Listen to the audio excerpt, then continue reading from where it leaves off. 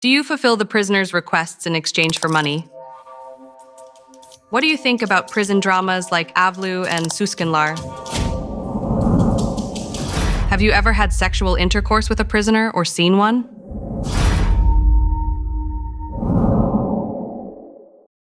In this episode of Can't Ask, we are with Najat Unal. He is a correctional officer, that is, a prison guard.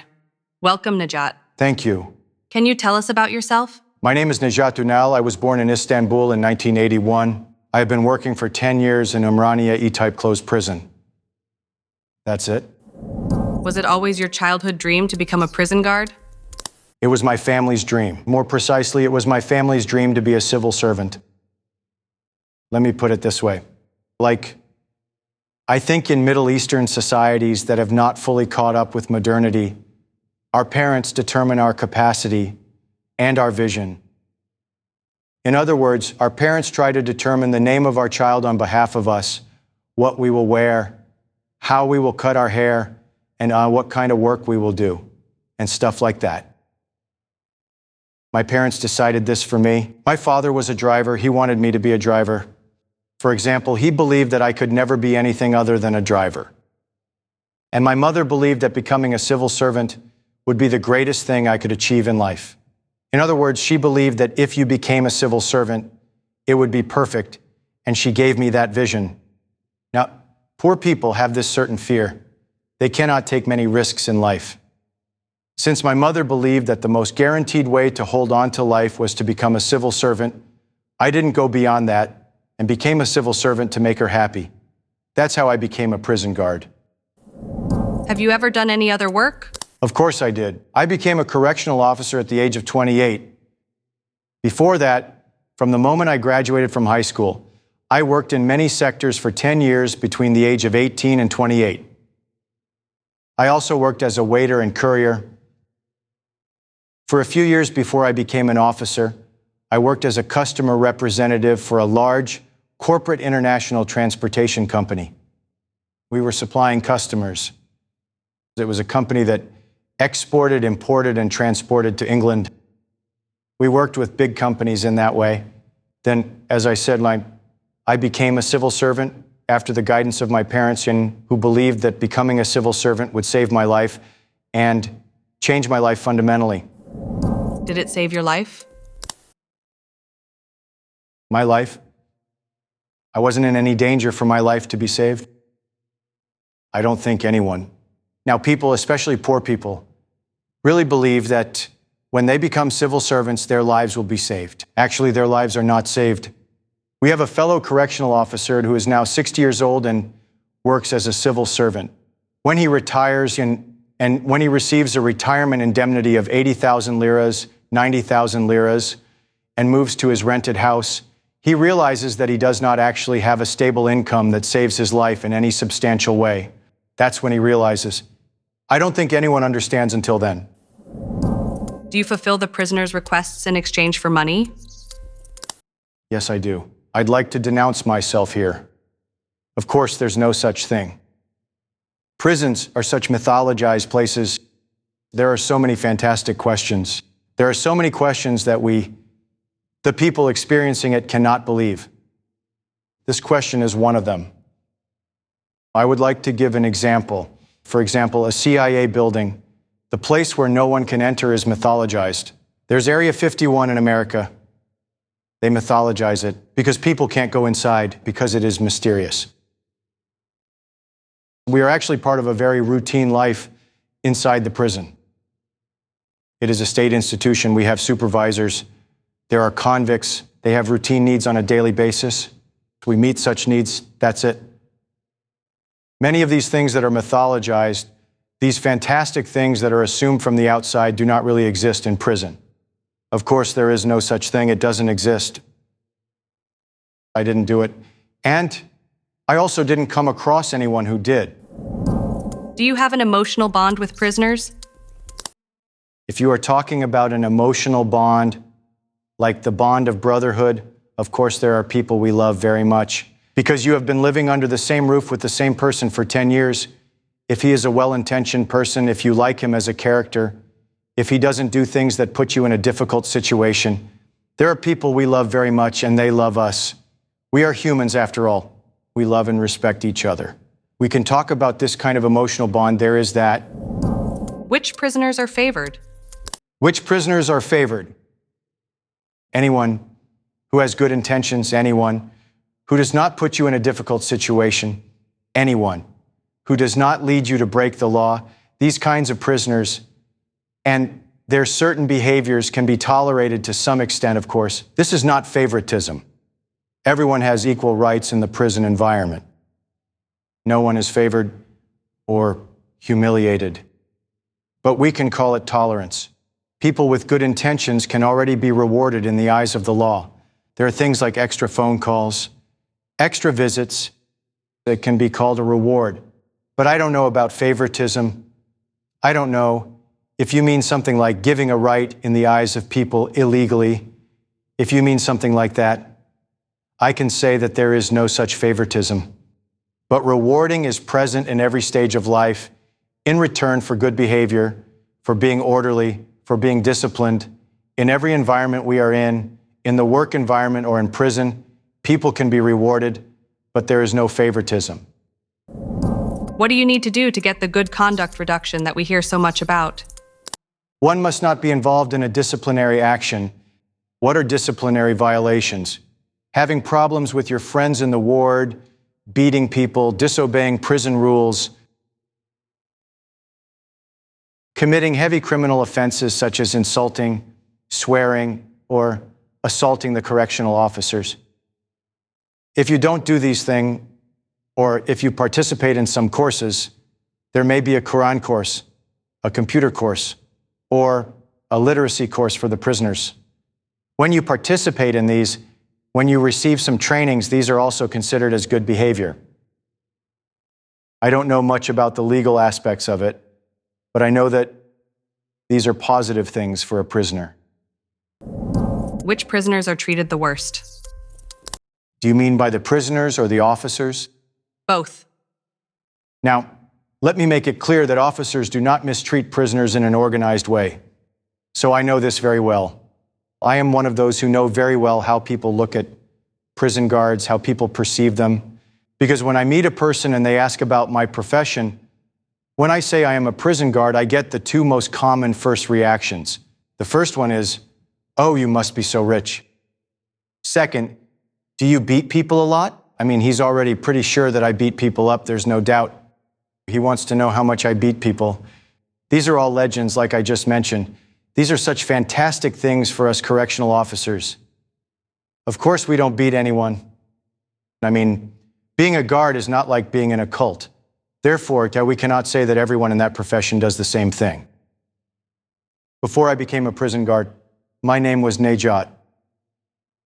My profession is something that can change.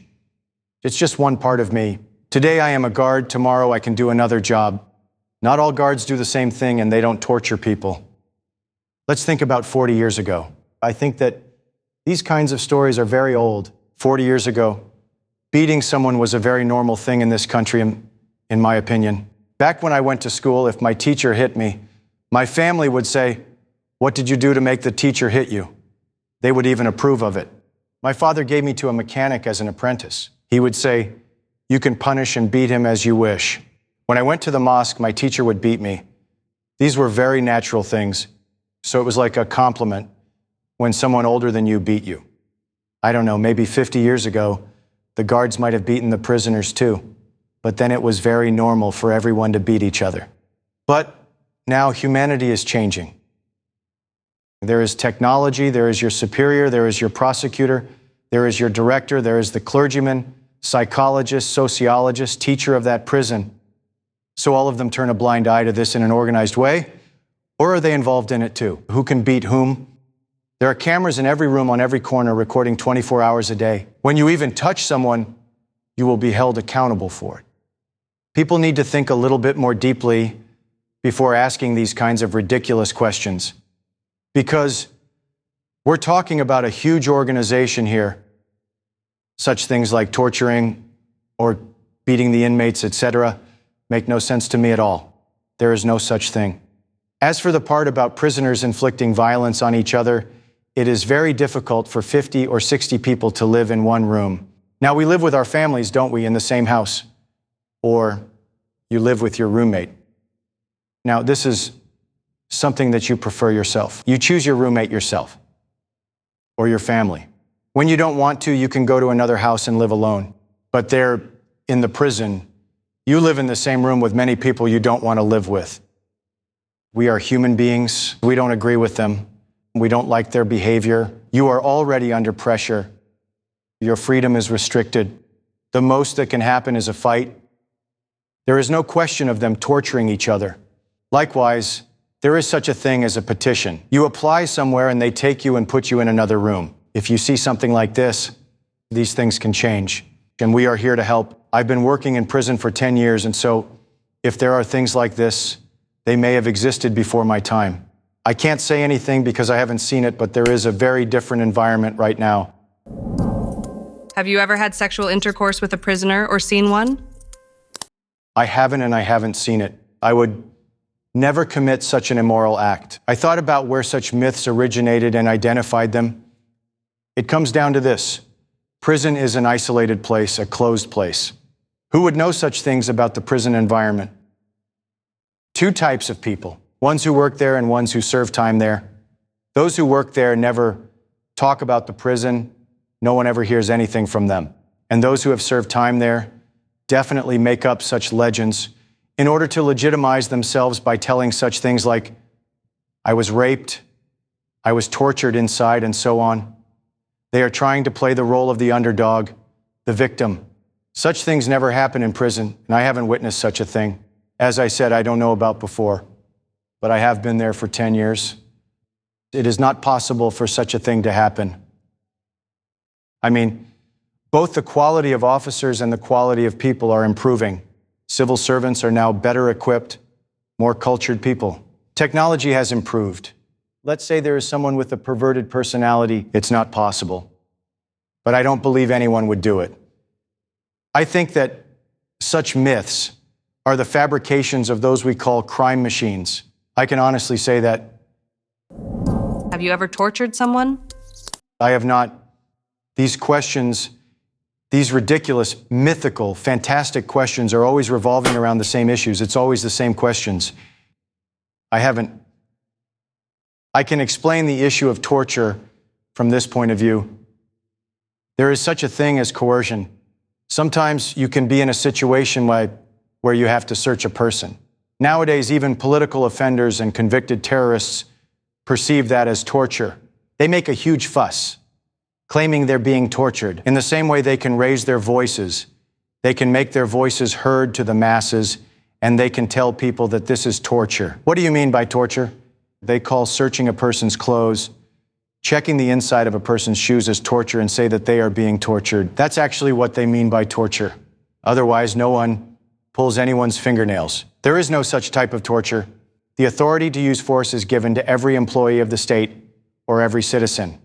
When there is an inappropriate situation, an illegal situation, when there is no other possibility, no other option but to use force, everyone has the authority to use force in a measured manner without harming the other person. These are things that can be applied in very rare cases. Even then, we rarely come across situations where we use force against someone. As I said, convicts are like our friends in our daily life. There is a routine life in prison. There is a very monotonous life. People see it very differently. We go in the morning, we take them to the doctor, we take them to courses, we give them their meals. Until the evening, they chat, drink their tea, rest. They dream their dreams. If there is something we need to help, they ask us for help. We help them and we finish our day, finish our shift, and go home. That's it. Why should we torture people? Let me put it this way. A person who is not a guard today can take a civil servant exam tomorrow and become a guard. The moment he becomes a guard, will he turn into a sadistic monster? We're also someone's child. We're human too. Does the nature of our job mean that beating people is part of the profession? Is there such a profession as torturing people? Before I became a guard, I was doing another job. Tomorrow I may do another job. What is the definition of using force? I don't know exactly what the definition of force is on paper, but when there is no other solution, If someone is at the point of harming themselves or harming someone else, it is done in order to neutralize them. That is the definition of using force. If he jumps on you, you grab him by the arms or by the legs. Now he will throw himself against the walls.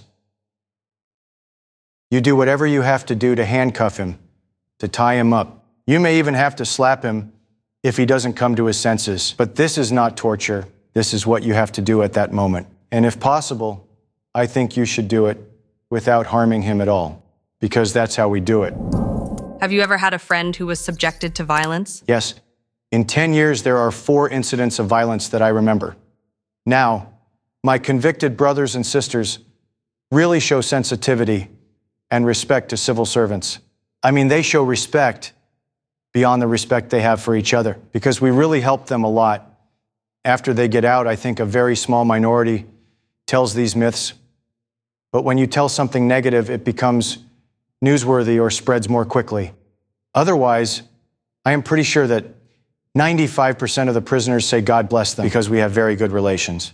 But I have lived and seen such things 4 times. A friend of ours was bitten on the arm.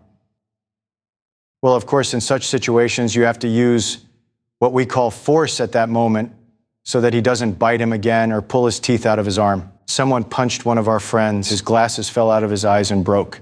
A friend's nose was broken. There is a hole between the doors of the cells. One of the prisoners broke a friend's nose from there. I also experienced something similar to a slap and a punch. 4 in 10 years, that's a very big number. There can be people who are quite unstable. That person can be psychologically disturbed. However, they can be a very good person.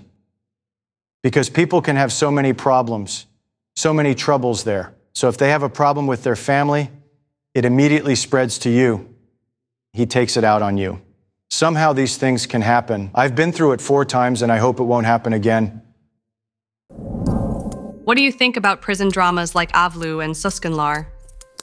Here's what I think about prison series like Avlu and Suskanlar. I mean, if I call a producer, a screenwriter, if I say, make me a series, and it should have nothing to do with prisons, only this can be done. So it has nothing to do with prisons. When I watch the series Avlu really closely, I genuinely feel like I am watching a Hollywood movie. As usual, the prison guards are portrayed as very bad people. I mean, without dignity. They have no sense of honor. People who can easily and gladly get involved in all kinds of filth are there. Prisoner relations are not like that. Prison is not like that. So it has nothing to do with prisons. I don't see any connection. I didn't watch it much. Maybe for 5-10 minutes we watch it with friends for fun, to see how they portray us and such. I think it's ridiculous. I mean, when people are making a production, I would like to address their screenwriters and producers. Don't people ever research? Look, you reach millions of people. You are insulting a state institution. You are offending them in the eyes of the people. I don't care if people look at me badly because of my profession. Believe me, I don't care about that. But there are people who are offended by this. Because even if someone respects me because of my profession, I am not happy. I won't be upset if they don't like me. If someone loves and respects me for who I am, that makes me happy. For this reason, I don't feel sad, but there are people who do. There is a huge state institution. One must do a little research. If you're going to do something like this, if you're making money and if you're making a living from it, you shouldn't manipulate the brains of millions of people with such things. I don't think they should do such things. I mean, there is no point in doing such ugly things just because it attracts more attention. I think it's bad to make these kind of prison movies. Let them take a tour, let them take a look, talk to people. They shouldn't talk to people who have gotten out, people who play the role of the oppressed. They should come and talk to the prisoners inside while they are still inside, because there are honest people who can tell all the facts. Let them come and talk to us. They should do some research beforehand. Did you watch the ex-prisoner episodes of Can't Ask? I did. What do you think? What do I think? I would say this. I can honestly say that there are so many people who practice the profession of crime until the moment they are caught. The moment he is caught, his profession ends. And he has a brand new mission in life. This new mission is to legitimize himself. I didn't do this. Society dragged me into crime even though I did it. I was just walking around with my friend when I got caught, but the judge classified it as robbery. Actually, I'm innocent, but they misunderstood me. He undertakes the mission of making up things like this, because once he's been caught, he has to convince others and make his story believable. He has to make his family believe him. He has to make his relatives believe him. He has to make his friends believe him. Innocent people may be in prison. There may be people who have really been through this, but this is a very low probability.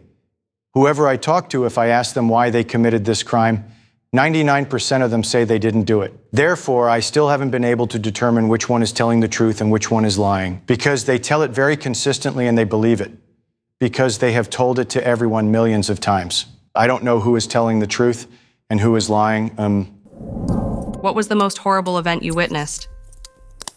The most horrible incident I witnessed. I went to Tekirdağ prison for 3 months on temporary duty. There was a fire. People died in that fire. Now, when you serve time in prison, your freedom is taken away. It's a different problem. But there's also the fact that when there's a disaster, you can't get yourself out. So there is a state of panic.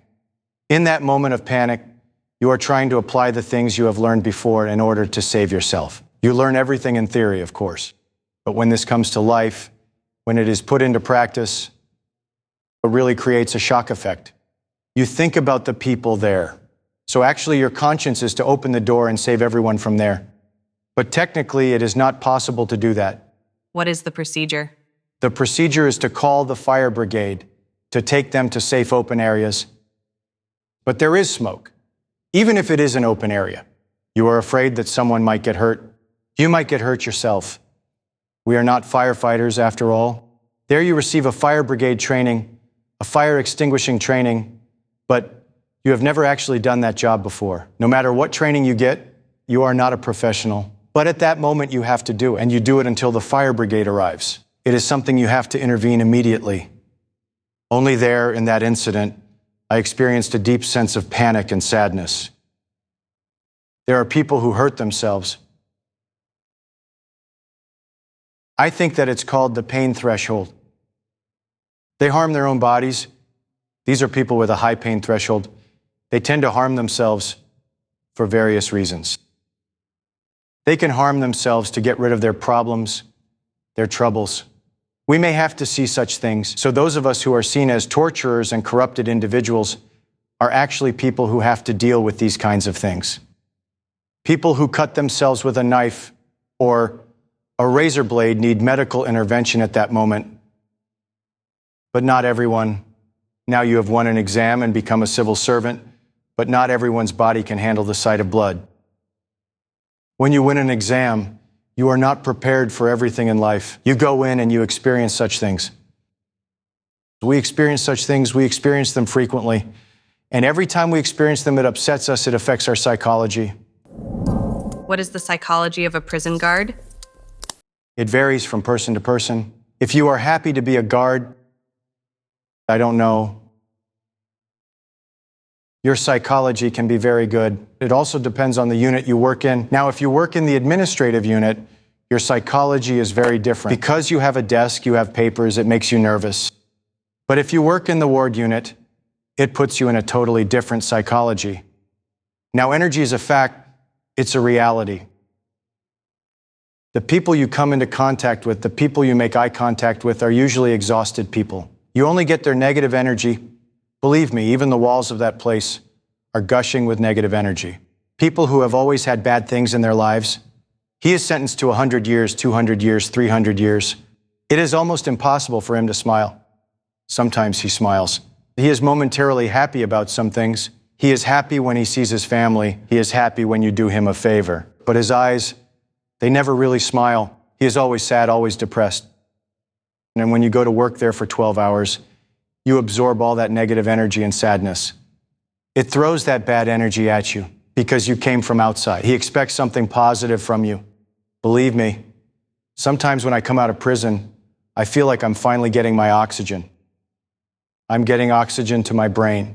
When I go home from work, my wife feels it too. She feels this bad energy. Things like that. Did you think about quitting your job? I have not thought about quitting my job. But if people become more aware of how difficult our work really is, I can say that it would really make us more attached to our profession. I mean, our work really exhausts us. Let me put it this way. For example, convicts are serving their sentences there. Their psychology is broken, and there are psychologists for them. But not for correctional officers, so we cannot have mental issues. We don't need a psychiatrist. We have to be like iron. We have to be like steel. We have to follow the rules. We cannot be sad. We can't get angry. We cannot fight. We can't yell. It's like that. I would like people to think more about these things. I mean, I would like the authorities to think more. I would like the society, which looks at us as dirty guards, to think like this. Then people will love their profession more. I don't plan to quit my job, but I wish I would like it to be better. Then you can do it with more love, and then you can help more people. If you can call it helping, then you can help more people. I want everything to be better. What is the difference between prison types? First of all, prison types such as E-type and G-type get their names from their specific architectural shapes. Each of them are named accordingly. As for the crime groups, today someone may be serving time in T-type for theft. Tomorrow the same criminals may be transferred to type E. These can vary. It's all about architecture. I am not completely familiar with the subject. I worked in one prison for 10 years, but as far as I know, F-type prisons have smaller rooms. Fewer people stay together in the rooms. In the prison I worked in, a minimum of 5 people stay in a room. The room sizes are different. There can be up to 60 people in the wards. Of course, when it is called a room, there are not 60 people in a single room. A ward is called a room, but there are chambers inside. Again, there are 5 or 6 people in each room. So think of that room as a big house. We call it a room, but it is not a room in one piece. It may have 3, 4 toilets in it, 3 to 4 bathrooms, a big garden. Again, as we see in the movies, those gardens are not just one garden where 1,000 people go out at the same time. Each room has its own garden in prisons. You stand in the same garden with your roommate until the evening. The garden opens when the sun rises and closes when the sun sets. You can walk in the garden for 12, 13 hours. If you could, what would you change first about prisons? For the convicts or for the staff? Both. What would I change for the staff? We could actually be given a little more initiative in certain situations. In some situations, I mean, we could be allowed to use our brains and make our own decisions accordingly. Everything is governed by such strict rules, so sometimes we should be able to decide whether it's right or wrong. I think that everyone should be allowed to use their own free will. I think this should be applied for all civil servants. I mean, sometimes there can be very strict rules. They don't fit in your mind, they don't fit in your logic, they don't fit in your conscience, but they say this is the rule, and they make you do it. I want people to be left a little more free. Sometimes we can go to work in civilian clothes. We can come in without a uniform from time to time. For example, let's say my father-in-law or my spouse is not Turkish. He is a minor. As far as I know, they are entitled to 2 weeks of unpaid vacation a year. In other words, the state pays the expenses and sends them on vacation. They can do these things for us to be happier. So money is not everything. Some people can say, we want a raise, we want this, we want that. They can motivate their employees. Because for me, I can honestly say that the prison environment is the most boring and depressing place in the world for everybody. For the staff and for the prisoners, they can motivate us. They can send us on vacation and build a facility on a beach. Everyone would have the right to take a vacation periodically. 1 week, 2 weeks would not be too much of a burden. They can think of such things. I thought of this. Someone else can think of another favor. They can think of something good. He can bring someone to the prison under the name of a staff psychologist. He can motivate us. Because believe me, employees need motivation. I don't care about money. I don't care how much I earn. I will work, I will do my job, but people need motivation and mental well-being. Then when someone gets up and does something bad, they say they have no right to do that. Your mental health must be perfect. People who believe they have the authority to accuse others of committing crimes can boost my motivation a little bit. What can be improved for convicts? Maybe I can think of one or two things, but believe me, I can't empathize that well. Because let me tell you about a moment I had with prisoners. For example, sometimes I wonder what they miss. I say, for example, what do you miss?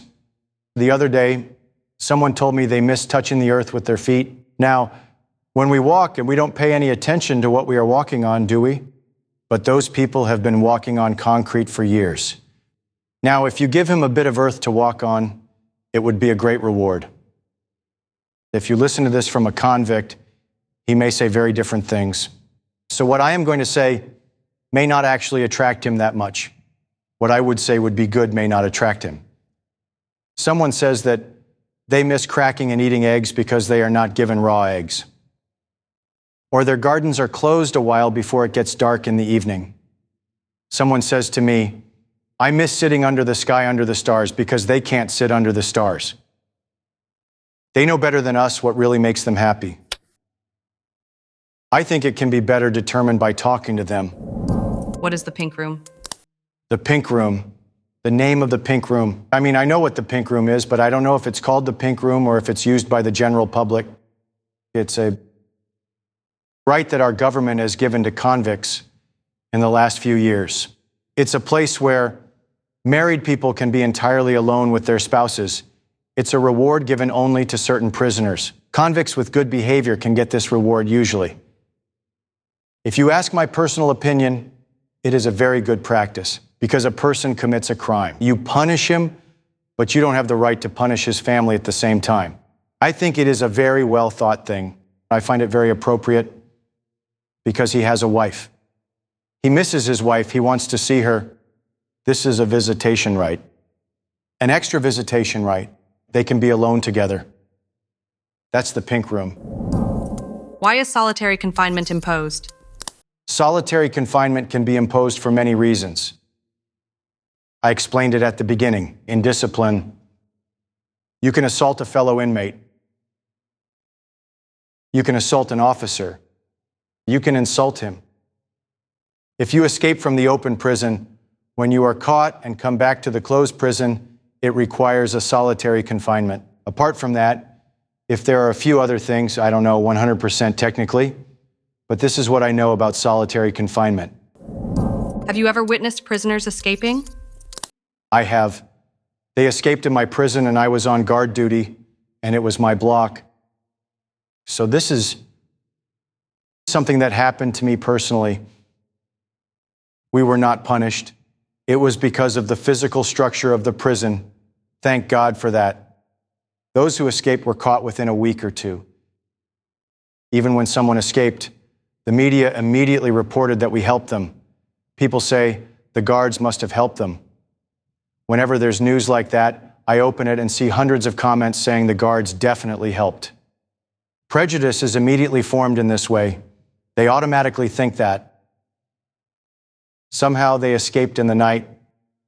Of course we are awake, but they escaped from a place we cannot see, from inside the room. If I tell you the details now, you won't understand the physical structure, but they escaped from the roof. They jumped off, and of course special authorities came. Maybe, I don't know, our phones were tapped. They must have been investigated. Why would I help that man? He escaped from the block I was working in, from the room I was in charge of on my watch. They came and investigated. The men were caught. They were caught within a week or two. They were put back into closed prison. Those who escaped were found, that is, those who escaped from us. Convicts mostly attempt such things when they are taken outside to the hospital, for example. This is what I personally experienced. There have been such cases. Are there social activities in prison? Yes, there are many social activities. We have a very big, very beautiful conference hall. Volunteer artists come there from time to time. There are music concerts.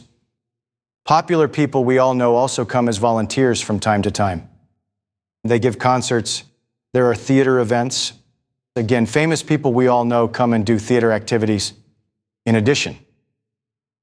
Teachers who are specifically assigned by the municipality come and train the convicts on various subjects, on art and music, for example. The convicts give concerts among themselves. They put on theater performances. For example, I don't know if anyone else does this in prisons. I did a comedy show for convicts 5 or 6 years ago, which we call a stand-up performance. It was a one-man show. I went out alone and told the things that we often experience in prison that are funny to all of us, that may not be funny when we experience them, but when we tell them, they can be funny when we exaggerate them. I did a 1-hour show. The audience were convicts. We had a lot of fun. We also have such a memory in prison. As we said, our relations are very good in prison. I don't know, many people may say after watching me, of course, what was he going to say in front of the cameras? Maybe I can't change your mind. I have no intention of changing anyone's mind. But I sat here, you asked, and I answered honestly. I said what I said. Those who want to believe will believe. Those who don't won't. You know what this is about. The blame is not on you or me or society. The blame is on TV. Whenever I watch a prison movie, the most dishonorable character in the movie is the guard. I saw a movie called Pardon. Everyone's seen it, right? Have you seen Pardon? There was a guard in that movie. He brings inflatable women to the prisoners. A man tries them and brings them to them. For God's sake, I'm asking you, did I bring any of you an inflatable woman? Okay, I got it for you. And did I try it on? No, I didn't.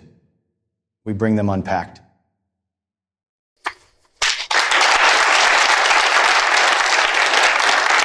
They make a big deal out of it. They always portray us as the guys who bring things to prisoners. And then the guy on the outside rightfully thinks that we work here every day. Do you know what he thinks? We enter in the morning, the canteen cart, C3.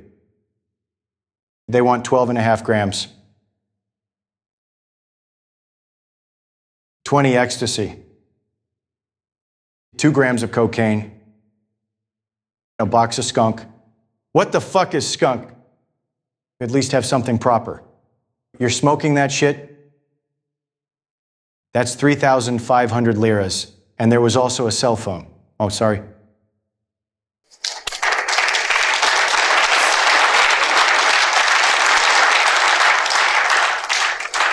Here's the cell phone.